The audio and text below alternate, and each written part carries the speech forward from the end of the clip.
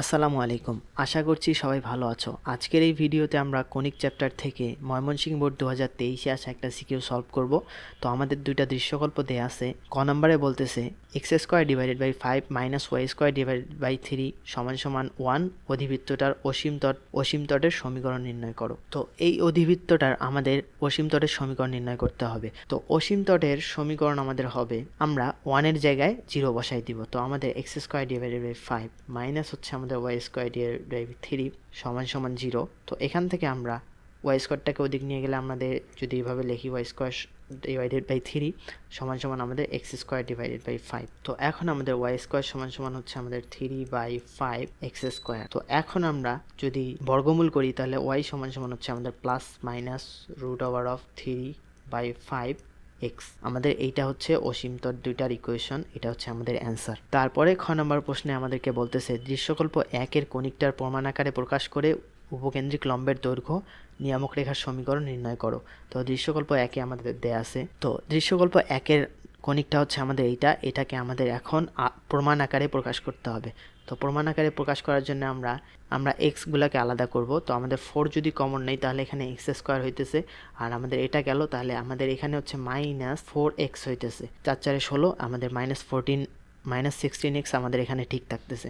তো এখন আমাদের 2 into x² 2 into 2x plus হইতেছে আমাদের কিছু একটা আনতে হবে, তাহলে আমাদের x - 2 হোল স্কোয়ারের সূত্রে আমরা ফেলাইতে পারবো।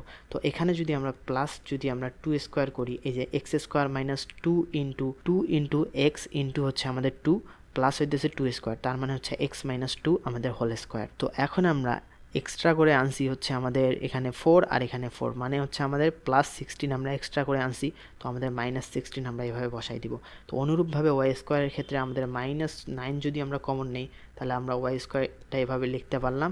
আর এখানে আমাদের হচ্ছে 54y আছে, তো আমাদের 9 দিয়ে এটাকে ডিভাইড করলে হচ্ছে আমাদের 6y। তো আমাদের -6y হবে, এই যে মাইনাস মাইনাসে প্লাস আবার 54y আমাদের এখানে ঠিক হয়ে যাবে। তো এখন আমাদের y² - 2 ইন্টু 3 ইন্টু y আসছে, তার মানে 3 আমাদের এখানে আসছে।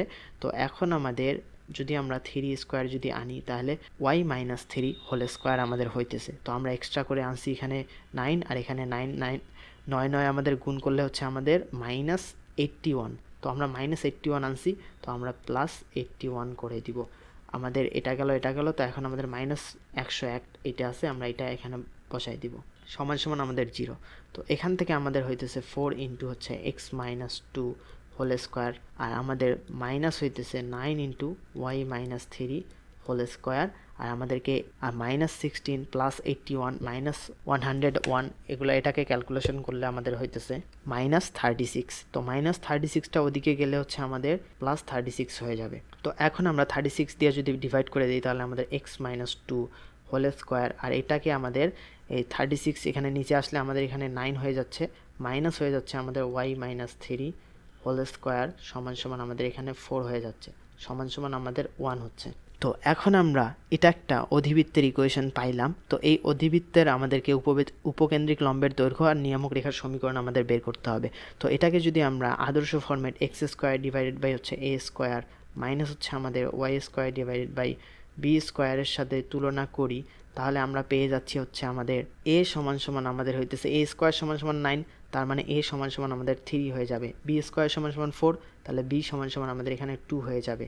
আর আমরা বড় হাতের x সমান সমান x - 2, y সমান সমান এটা y - 3 এটা ধরে নিলাম। তো এখন আমাদেরকে বলছে উপকেন্দ্রিক লম্বের দৈর্ঘ্য। তো উপকেন্দ্রিক লম্বের দৈর্ঘ্য আমাদের হবে, উপকেন্দ্রিক লম্বের দৈর্ঘ্য সমান সমান আমরা জানি 2 ইন্টু হচ্ছে আমাদের ছোটোটার ওপর স্কোয়ার ডিভাইডেড বাই হচ্ছে আমাদের বড়টা। তো ছোটোটা আমাদের এখানে হইতেছে হচ্ছে b, তো আমাদের ছোটোটার ওপর square 2 into b² divided by হচ্ছে আমাদের এভাবে আমরা সূত্রগুলো মনে রাখি। 2 ইন্টু ছোটোটার ওপর স্কোয়ার b² ডিভাইডেড বাই হচ্ছে আমাদের বড়টা। তো 2 ইন্টু হচ্ছে আমাদের b² এর মান হচ্ছে আমাদের এখানে কত 4 ডিভাইডেড বাই হচ্ছে আমাদের এর মান কত, এর মান বাই সি হচ্ছে আমাদের 3।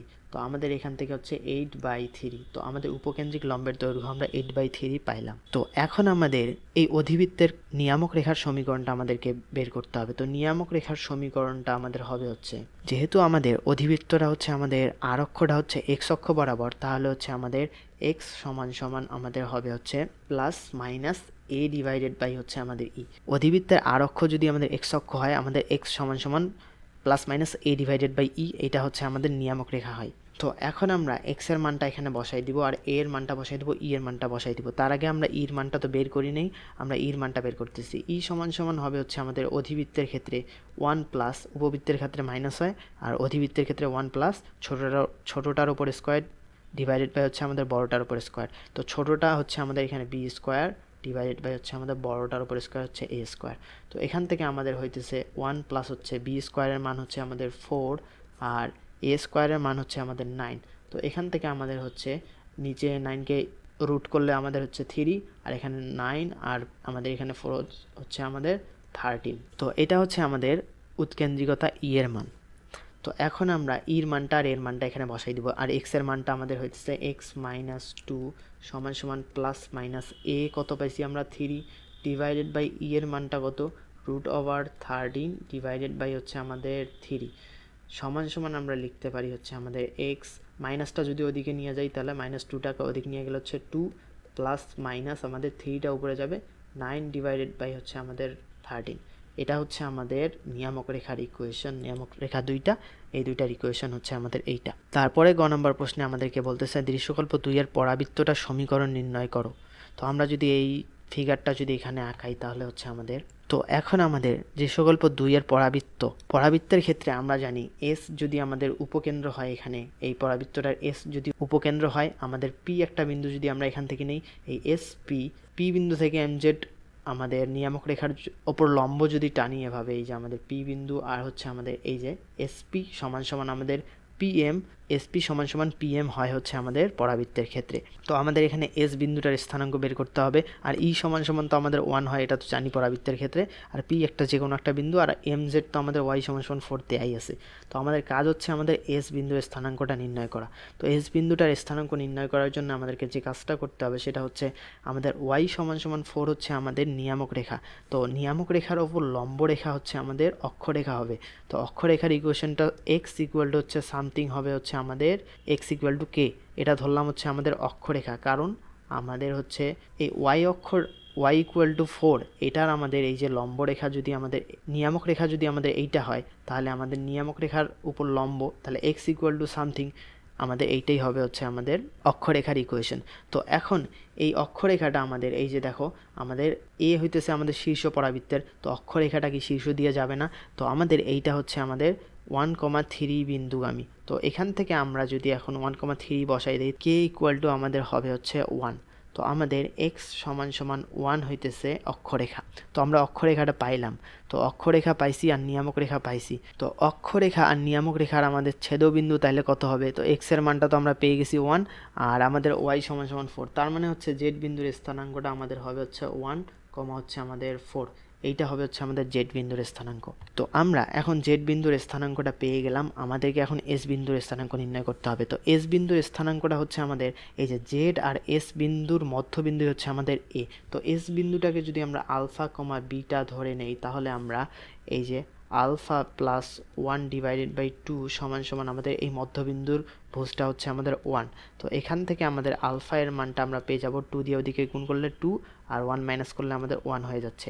আবার আমরা যদি বিটা প্লাস হচ্ছে আমাদের এই যে বিটা প্লাস হচ্ছে আমাদের জেডের কোটিটা হচ্ছে 4 ডিভাইডেড বাই 2 সমান সমান আমাদের মধ্যবিন্দু এই এ শীর্ষটা হচ্ছে আমাদের কোটিটা হয়ে যেতেছে 3। তো এখান থেকে আমাদের হইতেছে বিটা সমান সমান এখানে আমাদের 6 থেকে 4 গেলে হচ্ছে আমাদের 2, আলফা কমা বিটা আমরা পাইলাম 1 কমা হচ্ছে আমাদের 2। তো আমাদের এস বিন্দুর স্থানাঙ্ক আলফা কমা বিটা আমরা পেয়ে গেলাম। তো এখন আমরা জানি হচ্ছে এসপি সমান সমান আমাদের হচ্ছে পিএম। তো এখন আমরা এস থেকে আমরা পি এই যে কোনো একটা বিন্দু এক্স কমা ওয়াই ধরে নিছি, এখন এক্স কমা ওয়াই বিন্দু এই এস থেকে আমরা পির বিন্দুর দূরত্বটা বের করব। তো আমাদের হইতেছে তাহলে আমাদের হবে হচ্ছে এক্স মাইনাস হচ্ছে এই যে 1 হোল স্কোয়ার প্লাস হচ্ছে আমাদের ওয়াই মাইনাস 2 হোল স্কোয়ার সমান সমান এই পি বিন্দু থেকে আমাদের এম জেড রেখার ওপর লম্ব দূরত্ব। তো লম্ব দূরত্ব নির্ণয় করার জন্য জানি আমরা এই বিন্দুটা দিয়ে আমরা এটাকে সিদ্ধ করে দিই। তো তার আগে আমরা ওয়াই সমান সমান 4টাকে লিখতে পারি ওয়াই মাইনাস 4 সমান সমান আমাদের 0। তো এখন আমরা এই এক্স কমা ওয়াই এই বিন্দুটা এখানে বসাই দিব আমাদের, তাহলে হচ্ছে ওয়াই মাইনাস 4 এখানে হবে, আর নিচে হচ্ছে আমাদের √করে এক্স স্কোয়ার এক্সের সহগ আর ওয়াই এর সহগ স্কোয়ার করে যোগ করতে হয়। তো এক্সের সহগ এখানে আমাদের 0 আর ওয়াই এর সহগ আমরা নিলাম হচ্ছে 1 স্কোয়ার আর এক্সের সহগ আমাদের 0 স্কোয়ার। তো এরকম। তো এখন আমরা যদি উভয় পক্ষে বর্গ করে দিই তাহলে আমাদের হচ্ছে x minus 1 whole square plus হচ্ছে ওয়াই মাইনাস 2 হোল স্কোয়ার সমান সমান আমাদের হচ্ছে ওয়াই মাইনাস 4 হোল স্কোয়ার। তো এখান থেকে আমরা যদি এখন ভাঙাই দিই তাহলে আমাদের হইতেছে x square minus twice x plus হচ্ছে 1 প্লাস হচ্ছে আমাদের Y square minus 4y plus হচ্ছে আমাদের 4 আর এখানে আমাদের Y square minus 8y plus হচ্ছে আমাদের 16 এটা হইলো। তো এখন আমাদের এখান থেকে ওয়াই স্কোয়ার চলে যাচ্ছে, মাইনাস 8yটাকে যদি আমরা এদিকে আনি এখানে আমাদের মাইনাস 4y ছিল, আমাদের মাইনাস 4y তাহলে প্লাস 4y হয়ে যাবে। তো x square minus twice x plus আমাদের 4y হবে আর এখানে আমাদের 1 প্লাস 4 হচ্ছে 5 আর এখানে আমাদের 16, এটা যদি আমাদের এদিকে আসে তাহলে হচ্ছে মাইনাস 11 হয়ে যাচ্ছে সমান সমান 0। তো এটাই হচ্ছে আমাদের পরাবৃত্তের ইকুয়েশন, এটা হচ্ছে আমাদের অ্যান্সার। তো আশা করি ম্যাথটা সবাই ভালোভাবে বুঝছো এবং এনজয় করছো। যদি ভিডিওটা ভালো লেগে থাকে লাইক কমেন্ট আর সাবস্ক্রাইব করবা আর বন্ধুদের সাথে অবশ্যই শেয়ার করবা। সবাইকে আসসালামু আলাইকুম।